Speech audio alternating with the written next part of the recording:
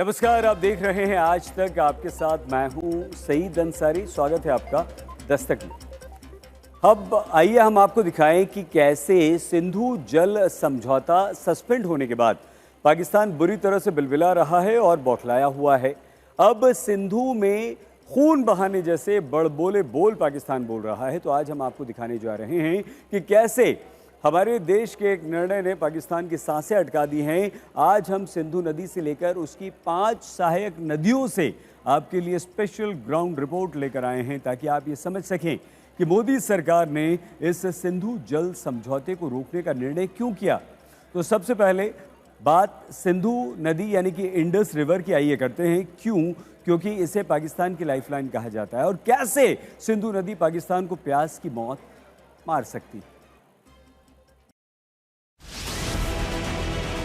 सिंधु जल समझौते पर सबसे विश्वसनीय रिपोर्ट। सिंधु जल समझौता टूटने से क्यों पाकिस्तान बौखला रहा है। सिंधु नदी से लेकर 5 सहायक नदियों की एक्सक्लूसिव ग्राउंड रिपोर्ट। पहलगाम हमले के बाद जैसे ही भारत ने ऐलान किया कि सिंधु जल समझौता स्थगित किया जाता है, पाकिस्तान के होश उड़ गए, क्योंकि जिस सिंधु नदी के जल पर पाकिस्तान जिंदा है, भारत ने वही नस दबा दी। भले ही पाकिस्तान के जनरल आसिम मुनीर बड़बोलेपन में कश्मीर को गले की नस बता गए, लेकिन पाकिस्तान के गले की असली नस तो भारत ने सिंधु जल समझौते पर फैसला लेकर दबाई है। अब देखिए पाकिस्तान कैसे बिलबिला रहा है। तो चलिए आपको पूरे सिंधु जल समझौते पर सबसे विश्वसनीय रिपोर्ट दिखाते हैं। 1960 में ऐतिहासिक संधि के साथ भारत और पाकिस्तान के बीच सिंधु जल समझौता किया गया। इस समझौते के तहत भारत और पाकिस्तान के बीच पानी के बंटवारे के लिए नदियों का भी बंटवारा हुआ। संधि के तहत भारत को 3 पूर्वी नदियां रावी, ब्यास और सतलुज दी गईं। वहीं पाकिस्तान को 3 पश्चिमी नदियां सिंधु, झेलम और चिनाब दी गईं। क्योंकि ये 3 नदियां भी भारत से होकर बहती हैं, तो भारत कुछ शर्तों के साथ इनके पानी का इस्तेमाल पीने और सिंचाई के कामों में कर सकता है। इसके अलावा रन ऑफ द रिवर बांध इन पर बन सकता है और भारत ने इन पश्चिमी नदियों पर कई बांध बनाए भी हैं और इन्हीं बांधों पर पाकिस्तान को ऐतराज है। आज हम आपको पाकिस्तान के हिस्से में आने वाली पश्चिमी नदियों पर भारत के प्रोजेक्ट्स के बारे में बताएंगे। तो सबसे पहले शुरुआत सिंधु नदी से करते हैं। सिंधु नदी को इंडस रिवर भी कहते हैं। सिंधु नदी का सफर चीन की कैलाश पर्वतों से शुरू होता है। भारत में हिमालय के इलाके में जितनी छोटी बड़ी पहाड़ियां हैं, उन पर जो बर्फ सर्दियों के दौरान पड़ती है या फिर जो ग्लेशियर इन पहाड़ों पर मौजूद है, उसकी सारी जलधारा सिंधु नदी में चली जाती है। सिंधु नदी लद्दाख से कश्मीर होते हुए पाकिस्तान में प्रवेश करती है। सिंधु नदी पर बहुत ज्यादा बांध नहीं हैं। जो हैं उनमें से एक है नीमू बाजगो बांध प्रोजेक्ट, जो लद्दाख के लेह जिले में पड़ता है। इंडस वाटर ट्रीटी का अगर रद्द किया जाता है, तो हम अब इसमें देखने वाली बात ये होगी कि क्या हमने इस तरह से कोई इंतज़ाम किया है जहां से पानी को रोका जा सके, पानी को डाइवर्ट किया जाए।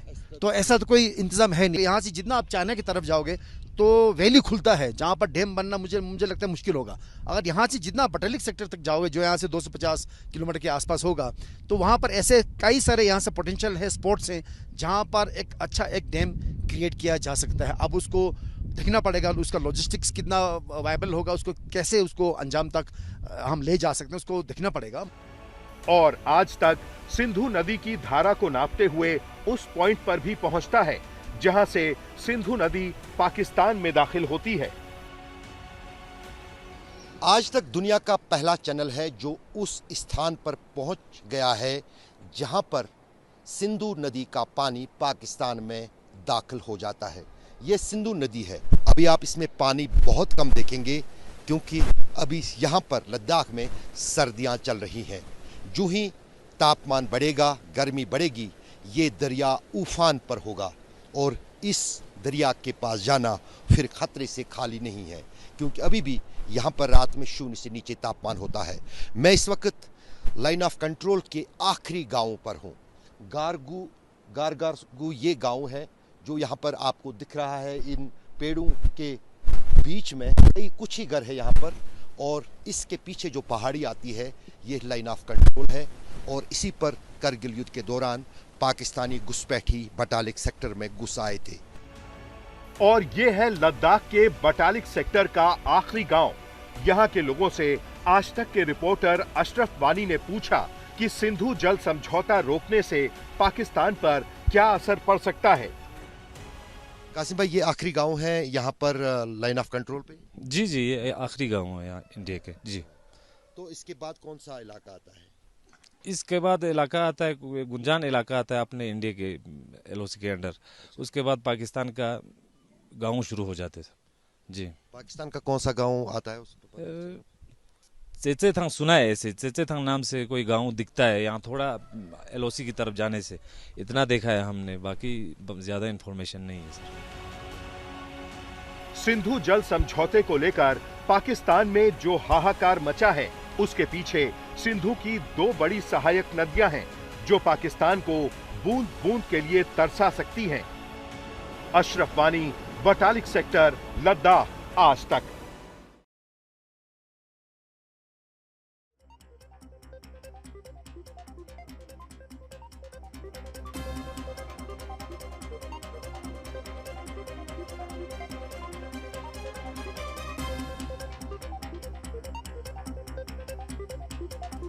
सिंधु जल समझौते के तहत पाकिस्तान के हिस्से की 3 नदियों में सिंधु के बाद चिनाब का नंबर आता है। हम आपको ये भी बता दें कि चिनाब नदी भारत से निकलती है और पाकिस्तान में जाती है, लेकिन चिनाब नदी पर कोई बांध बने हुए हैं जिन पर पाकिस्तान शुरू से आपत्ति व्यक्त करता रहा है।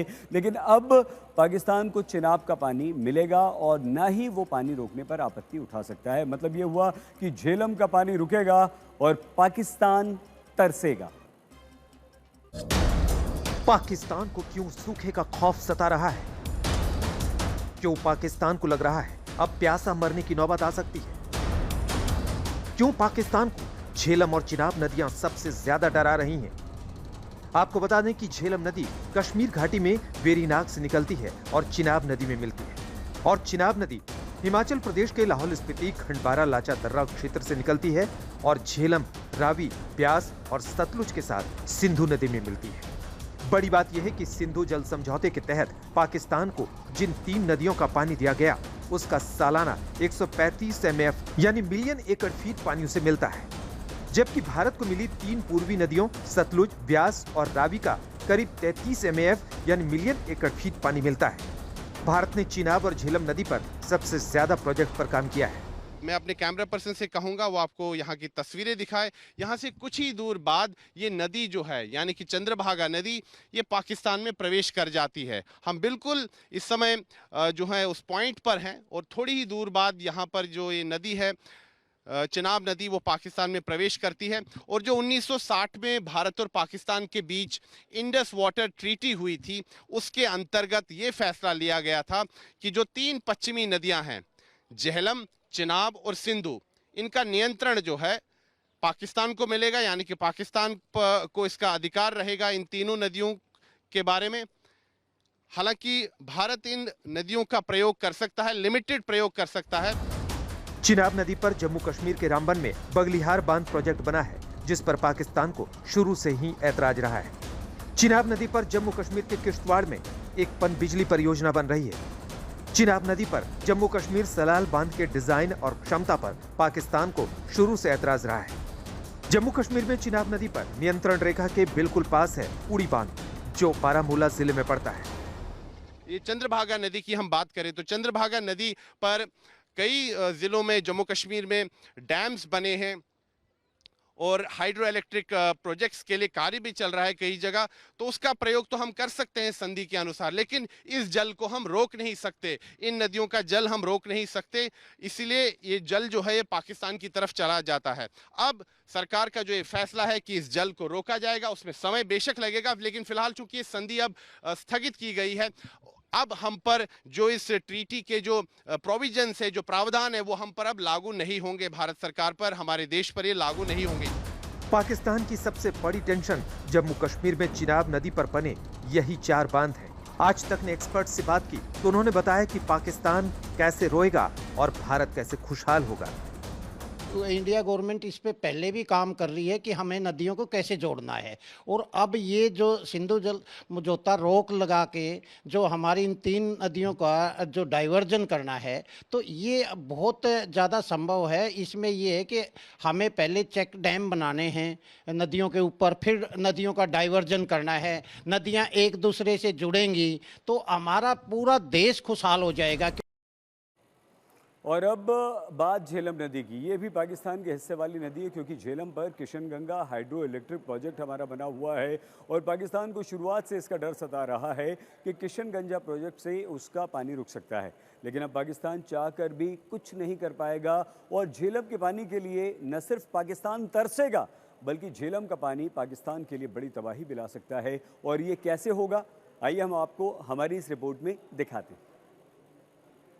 चिनाब के बाद पाकिस्तान की मुश्किल झेलम नदी से शुरू होती है। फिलहाल हम झेलम के किनारे हैं और झेलम जो कि इनमें से सबसे बड़ी नदी आप इसको कह सकते हैं, इसका सोर्स जो है पीर पंचाल से आता है, वेरीनाग से आता है और फिर दक्षिणी कश्मीर से होते हुए कई सारी ट्रिब्यूटरीज, जिसमें वैश्यू है, ब्रिंगी नाला है और कई सारी ट्रिब्यूटरीज संगम बन के ये जो मेरे पीछे आप झेलम देख रहे हैं, ये कई सारी ट्रिब्यूटरीज का मिला के पानी यहाँ से जो है नॉर्थ की तरफ जाता है। झेलम नदी पर जम्मू कश्मीर के बांदीपुरा में 330 मेगावाट का किशनगंगा हाइड्रो इलेक्ट्रिक प्रोजेक्ट बना है। पाकिस्तान को इस प्रोजेक्ट के निर्माण और डिजाइन से ऐतराज रहा है और उसकी दलील है कि इससे किशनगंगा नदी के पानी के बहाव पर असर पड़ सकता है। इंडस और झेलम में क्योंकि पूरा तो उन्हीं के पास जाता है, अभी भी यहाँ हमारे पास स्टोरेज का कोई साधन है नहीं, लेकिन यहाँ अगर प्रोजेक्ट्स बनाएंगे उनको काफ़ी टाइम लगेगा बनाने के लिए, क्योंकि एक तो हमने पहले देखना है कि कहाँ बनाएं, किस तरह बनाएं और कितना स्टोरेज कर सकें। तो जो हमारे पास नेचुरल टेरेन्स हैं यहाँ, उसमें तो हम देखेंगे कि खास इसमें इतना हो नहीं सका। आपको बता दें कि भारत ने झेलम नदी से अभी पानी छोड़ा तो पीओके में बाढ़ आ गई। अब पाकिस्तान डर रहा है और ये भी कह रहा है कि अगर सिंधु जल समझौता होता तो ये पानी छोड़ने से पहले पूछा जाता। अभी कल जो है पाकिस्तान पीओके में उन्होंने एलेज किया कि इंडिया ने जो है झेलम का जो पानी चकोटी की तरफ मतलब ज्यादा छोड़ दिया, उनको इंटिमेट किया बगैर, तो उन्होंने कहा उससे जो है फ्लड लाइक सिचुएशन हुई, इमरजेंसी हो गई मुजफ्फराबाद आसपास। ये पॉसिबल है, ऐसा हो सकता है? बिल्कुल हो सकता है ऐसा, क्योंकि इस वक्त तो हमारे मैक्सिमम फ्लोज हैं, स्नो मेल्ट हुआ है, प्रेसिपिटेशन हुई है, बारिशें हुई हैं, रिवर झेलम में काफी पानी आया है पिछले दिनों में, अगर आपने देखा होगा। यानी चिनाब और झेलम ने पाकिस्तान के लिए जो मुसीबतें खड़ी की हैं, उन्हें सोच सोच कर ही पाकिस्तान वाले कांप रहे हैं। जम्मू कश्मीर के अखनूर सेक्टर से सुनील जी भट्ट के साथ मीर फरीद, झेलम आज तक। सिंधु जल संधि के तहत भारत ने साफ कर दिया है कि पाकिस्तान को एक भी बूंद पानी नहीं दिया जाएगा। अब कैसे? जम्मू कश्मीर के बांदीपुरा में वूलर झील पर बैराज बनने से पाकिस्तान परेशान है, क्योंकि भारत और पाकिस्तान के बीच हुए 3 युद्धों के दौरान भी सिंधु संधि को स्थगित नहीं किया गया था। मतलब ये हुआ कि पानी पाकिस्तान जा ही रहा था और वूलर लेक कैसे पाकिस्तान के लिए अब काल बनने वाली है, आइए हम आपको दिखाते हैं।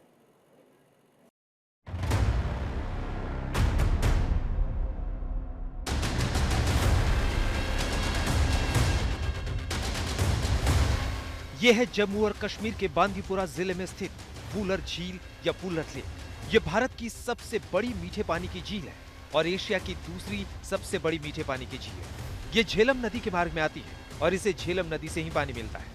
189 वर्ग किलोमीटर के क्षेत्रफल में फैली वूलर लेक कैसे पाकिस्तान को डरा रही है और सिंधु जल समझौते से इसका क्या कनेक्शन है, आइए समझते हैं। इस वक्त हम वूलर लेक के ठीक ऊपर मौजूद हैं। ये वूलर लेक साउथ एशिया की फ्रेश वाटर की सबसे बड़ी झील बताई जाती है। इस वूलर लेक में झेलम नदी का पानी आके मिलता है और ये जो हिस्सा है मैं आपको दिखाऊं, यहाँ से झेलम नदी का पानी अलग होता है और झेलम नदी का पानी यहाँ से उरी सेक्टर होते हुए पाकिस्तान की तरफ जाता है। वुलर लेक में सिंधु नदी का पानी का भी कुछ हिस्सा आता है। तो कुल मिलाकर अगर वुलर लेक की बात करें तो वुलर लेक साउथ एशिया की फ्रेश वाटर की सबसे बड़ी झील है।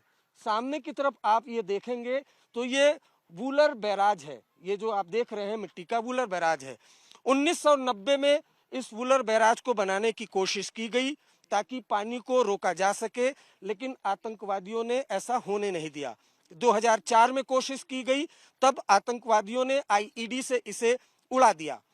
2012 में उमर अब्दुल्ला की सरकार आई तो एक बार फिर से इस बांध को बनाया जाने लगा। तब पाकिस्तान ने आपत्ति जताई कि इस वुलर बांध को बनाना इंडस वाटर ट्रीटी का उल्लंघन है। उसके बाद ये बांध नहीं बना, लेकिन अब इंडस वाटर ट्रीटी रद्द कर दिया है भारत सरकार ने। ऐसे में जो ये बांध है इसको बनाने का रास्ता साफ हो गया है। वुलर में जमा होता है श्रीनगर से, इससे बहुत सारी नदियां कनेक्ट होते हैं और इसमें जो आपने कहा इंडस वाटर ट्रीटी, वो किशनगंगा के नाम से यहाँ जाना जाता है। तो किशनगंगा यहाँ से इसमें आता है वुलर लेक में, यहाँ से सोपोर से निकलता है, सोपोर से बारामूला, बारामूला से सीधा पाकिस्तान।